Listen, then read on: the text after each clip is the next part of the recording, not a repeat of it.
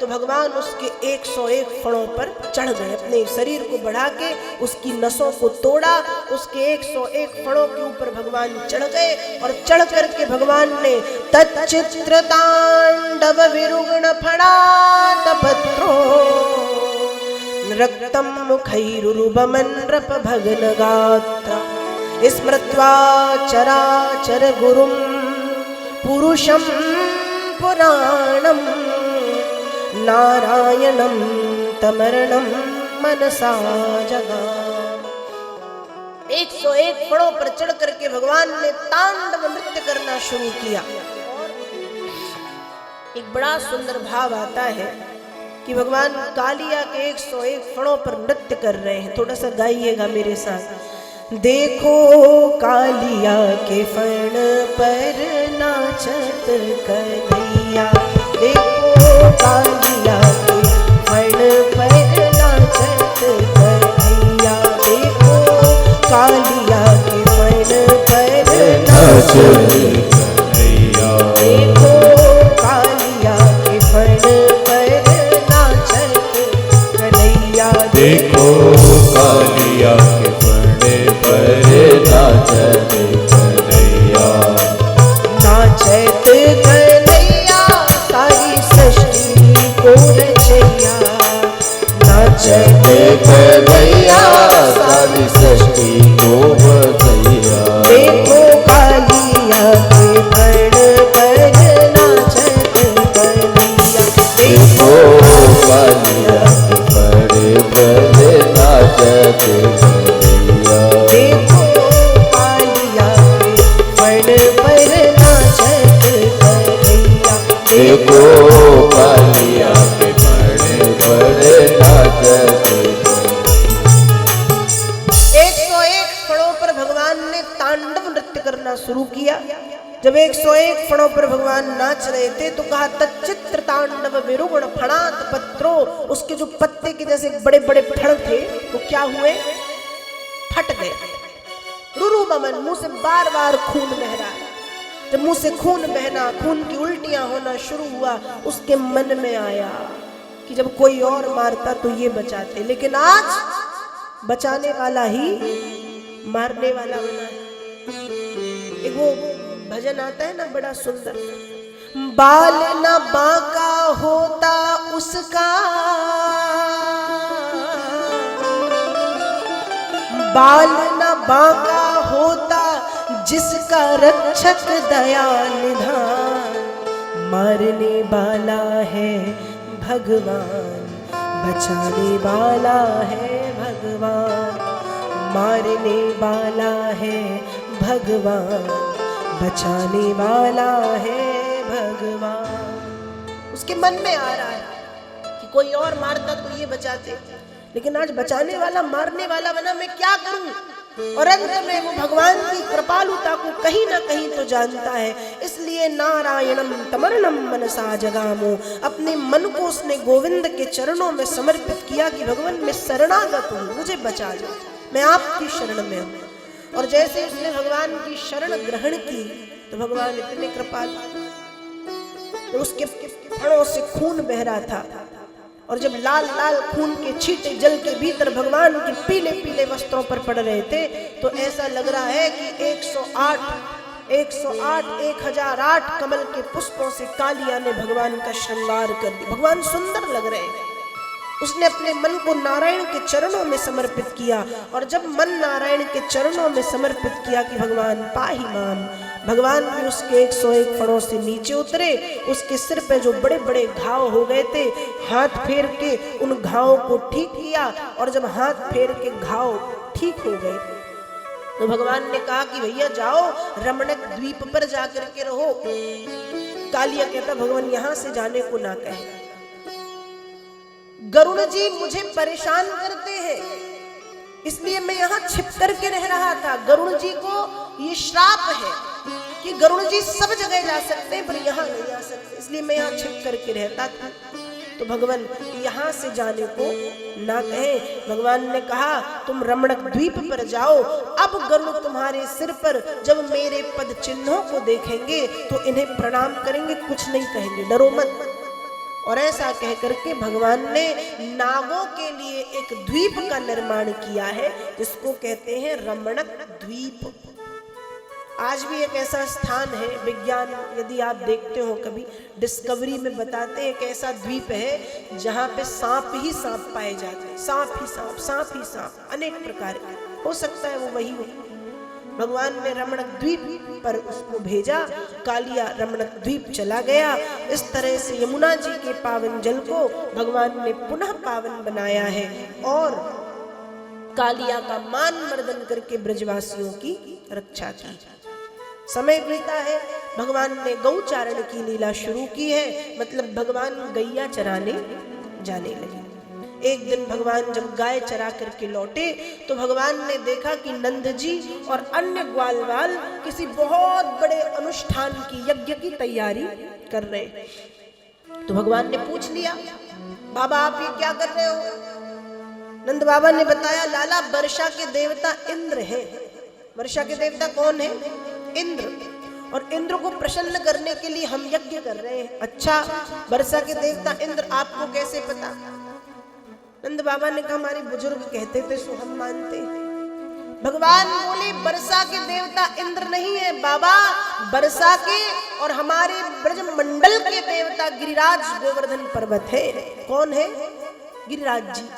वो पहाड़, भगवान ने कहा पहाड़ मत कहो, वो देवता है। गिरिराज जी पर लाखों वृक्ष लगे, उन वृक्षों के कारण जलवृष्टि होती है। गिरिराज जी पर हमारी गैया चरने, ग्रास करने जाती है, आकर के दूध देती है, वो दूध बिकता है। तो वर्षा के देवता भी और हमारे ब्रजमंडल के देवता भी गिरिराज गोवर्धन पर्वत। तो जो सामग्री इंद्र के पूजन के लिए इकट्ठी की थी, दूसरे दिन भगवान के समझाने पर उसी सामग्री से गिरिराज जी का पूजन भगवान ने करवा दिया। सभी ब्रजवासियों को लेकर के पहुंचे हैं। गिरिराज जी को षोडशोपचार विधि से पूजन कराया है, पाद्य अर्घ आचमन स्नान यज्ञोपवीत समर्पित किया, 56 प्रकार का भोग गिरिराज जी को लगाया है। अब गिरिराज जी को जो ब्रजवासी चढ़ाए वे खाते जाए, वे खाते जाए, खाते जाए, खाते जाए, सब खा गए। अब जब सब खा गए, सब कुछ खा लिया, अब जब सब कुछ खा लिया तो नंद बाबा कहे, तुम्हारे देवता कैसे इतने भूखे, जो हम चढ़ा रहे वो खाते जा रहे। भगवान कहे, बाबा न जाने कब से भूखे, कब से आपने इनको पूजन नहीं की, इसलिए ये जो मांगे जो कहे इनको वो देते जाओ। लाते गए ब्रजवासी भर भर के अन्न धान्य दूध इत्यादि 56 प्रकार का भोग गिरिराज जी को समर्पित किया है। सारा भोग गिरिराज जी मतलब स्वयं भगवान सब पाया है। भगवान ने सबने गिरिराज जी का पूजन किया, प्रणाम किया और प्रणाम करके सब अपने अपने घर चले आए। अब जब सब अपने अपने घर आए और इंद्र को जब ये बात पता चली कि मेरा पूजन छोड़ के ब्रजवासियों ने गिरिराज जी का पूजन किया है, तो इंद्र के गुस्से का कोई ठिकाना नहीं। लाल पीला इंद्र सिंहासन पर बैठा और इंद्र के गुस्से में घी डालने का काम किसने किया? कौन करता है? नारद जी। नारद जी पहुंचे, इंद्र सिंहासन पर गुस्से में बैठा है और यहाँ नारद जी ने निकाला मालपुआ, खाओ। इंद्र ने खाया, बड़ा स्वाद है, कहाँ से लाए? तुमको नहीं पता? तुमको स्वाद समझ में नहीं आ रहा देवराज? नहीं, कहां से? कहा, अरे गिरिराज जी का, जहां वो पहले आपका पूजन होता था ना, वहां इस बार गिरिराज जी का पूजन, तो मालपुए का भोग आपको नहीं लगाया। अब इंद्र मन में सोचे, मुझे तो नारियल के अलावा कुछ नहीं चढ़ाते थे। फिर नारद जी ने निकाला गुजिया, खाओ। ये कहां से? वहीं से। फिर निकाली रबड़ी, खाओ। ये कहां से? वहीं से। फिर निकाला रसगुल्ला, ये कहां से? वहीं। अब इंद्र का गुस्सा चरम पे। फिर इंद्र ने बादलों को आदेश कर दिया कि जाओ वर्षा करके ब्रजमंडल को डुबा दो, वर्षा करके ब्रजमंडल को डुबा दो। हाथी के सूंड के समान भयंकर मोटी मोटी पानी की धाराएं गिरने लगी, बादल गरजने लगे, हवाएं चलने लगी। इंद्र स्वयं ऐरावत पर बैठ करके वज्र का यत्र तत्र चारों तरफ प्रहार करने लगे। भाग करके ब्रजवासी पहुंचे भगवान के पास। गोविंद, तुमने कहा था अब तुम हमारी रक्षा करो। भगवान बोले मैं कुछ नहीं कर सकता। सबने कहा हम जानते तो तुम सिर्फ फंसाना जानते हो, तुम थोड़ी कुछ करोगे। भगवान ने कहा सुनो तो सही मैं कह क्या रहा हूं। मैं ये कह रहा हूं कि जिन गिरिराज जी का पूजन हमने किया है अब सब वही संभालेंगे। चलो मेरे साथ सब गिरिराज जी के पास। अब सब चल दिए भाग करके। गिरिराज जी के पास जब सब गए, प्रणाम किया। प्रणाम करके दाहिने हाथ की सबसे छोटी उंगली कनिष्ठिका पर भगवान ने गिरिराज गोवर्धन पर्वत को उठाया है। 7 दिनों तक लंबे चौड़े गिरिराज गोवर्धन पर्वत को भगवान धारण किए रहे। बोलिए गिरिराज धरण की जय। गिरिराज गोवर्धन पर्वत भगवान ने धारण कर लिया। अब भगवान ने जब गिरिराज जी उठाए, जय जय लाला ने गिरिराज उठायो, लाला ने गिरिराज। भगवान कहे मैंने ना उठायो तो किसने उठायो? कहा कछु माखन को बलवण, कछु गोपिन करे सहाय। श्री राधा जू की कृपा से मैंने गिरिवर लियो उठा। मैंने नहीं उठाया, किसने उठाया? कहा कछु माखन को बल बढ़ो। कुछ सहायता की, जो खूब मक्खन मैंने खाया ना उस माखन ने सहायता की। कछु गोपिन करे सहाय, कुछ सहायता की गोपी ग्वालों ने की है, क्योंकि ग्वाल वाल भी अपने अपने डंडे लगाए भगवान के साथ।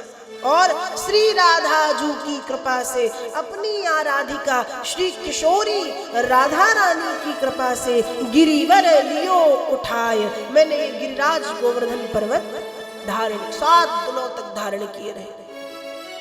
और आपको पता है जो बारिश हो रही है उसका जल जो इकट्ठा हो रहा है, उस जल को पीने का काम किसने किया? अगस्त मुनि ने। किसने किया? अगस्त मुनि। एक बार की बात है, पार्वती जी के मन में आया मुझे किसी को अपने घर में न्योता कराना है, निमंत्रण। अगस्त मुनि को बोला कि मेरे घर आइए, पानी प्रसाद। अगस्त मुनि ने 2-4 बार तो मना किया, क्योंकि वो जानते हैं कि मैं खाता तो नहीं, लेकिन जब खाता हूं तो पूछो मत। तो मना किया कि मैया 1 वर्ष तक तो समय नहीं है। मैया कहे नहीं आना। अगस्त मुनि ने फिर भगवान महादेव से कहा कि देखो मैया बहुत जिद कर रही है, आगे संभाल लेना। अब अगस्त मुनि ने पहले से बता दिया कि 1 आध थाली नहीं, पूरियों के पहाड़ बनवा लेना, इतना खाता हूं मैं। अब मैया तो स्वयं अन्नपूर्णा है, अन्नपूर्णा के भंडार में कैसी कमी। अब बनाना शुरू किया मैया ने। कम से कम 10 पूड़ियों के पहाड़ खा गए। इतने बड़े बड़े गंजे भर भर के 10 गंजे सब्जी दाल हलवा और जो भी बनाया पकवान वो सब खा गए। बनाते बनाते अन्नपूर्णा स्वयं थक गई। मैंने किसको बुला लिया? भाग करके भोलेनाथ के पास पहुंची। भोलेनाथ को बताया कि प्रभु ऐसी ऐसी बात है। तब भोलेनाथ ने भगवान विष्णु से निवेदन किया। उस समय भगवान विष्णु एक ब्राह्मण के वेश में पधारे हैं और अगस्त मुनि के बाजू में बैठे हैं। और अगस्त मुनि के बाजू में बैठ करके जब उनको थाल परोसा गया तो भगवान विष्णु ने केवल 2 पूड़ी खाई। कितनी खाई? 2। हाथ धो लिए। क्या कर लिया? हाथ धो लिया। और ब्राह्मण इस बात को जानते हैं कि पंगत जब एक साथ बैठी हो और किसी एक ब्राह्मण ने यदि हाथ धो लिए तो पूरी पंगत को उठना पड़ता है। भगवान विष्णु ने 2 पूड़ी खाई और हाथ धो लिए। अब अगस्त मुनि गुस्से में, अरे मैंने तो अभी आधा भी नहीं खाया था, हाथ धो लिए, कैसे कैसे लोगों को बुला लेते हैं, ऐसा वैसा। उनको उठना पड़ा। अब पार्वती जी, अब अगस्त मुनि कहे चलो ठीक है, भोजन तो पवा दिया, जल। पार्वती जी ने कहा देखो महाराज, भोजन की बात हुई थी, जल की बात नहीं हुई। क्योंकि पहले से भगवान ने सतर्क किया कि जल की बात मत करना, भोजन में इतना परेशान हुई हो, जल में पता नहीं क्या करोगी। तब यहाँ जो नारायण ब्राह्मण के रूप में थे, उन नारायण ने कहा है कि द्वापर में जब कृष्ण बनूंगा और गिरिराज जी को उठाऊंगा और इंद्र जब बारिश करेंगे और सारा ब्रज जब जलमग्न होगा तो उस जल को आप पी लेना। तो वो जल अगस्त मुनि ने वहां पर जाकर के उस जल की पूर्ति द्वापर में हुई। तो जल पूरा कौन पी गए? अगस्त मुनि। 7 दिनों तक भगवान ने रक्षा की। वज्र फेंकते फेंकते इंद्र के हाथ थक गए, बादलों का पानी समाप्त हुआ।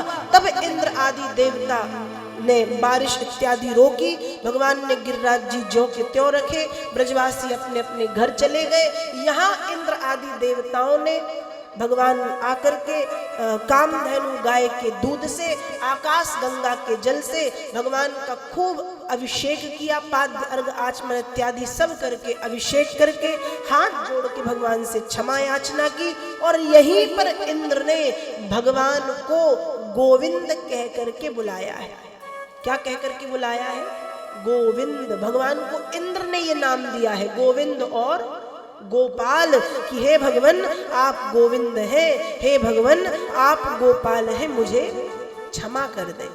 इंद्र को क्षमा किया, ब्रजवासियों की रक्षा की, इंद्र के अभिमान को चूर किया और गिरिराज जी की महिमा का विस्तार तीनों लोकों में कर दिया।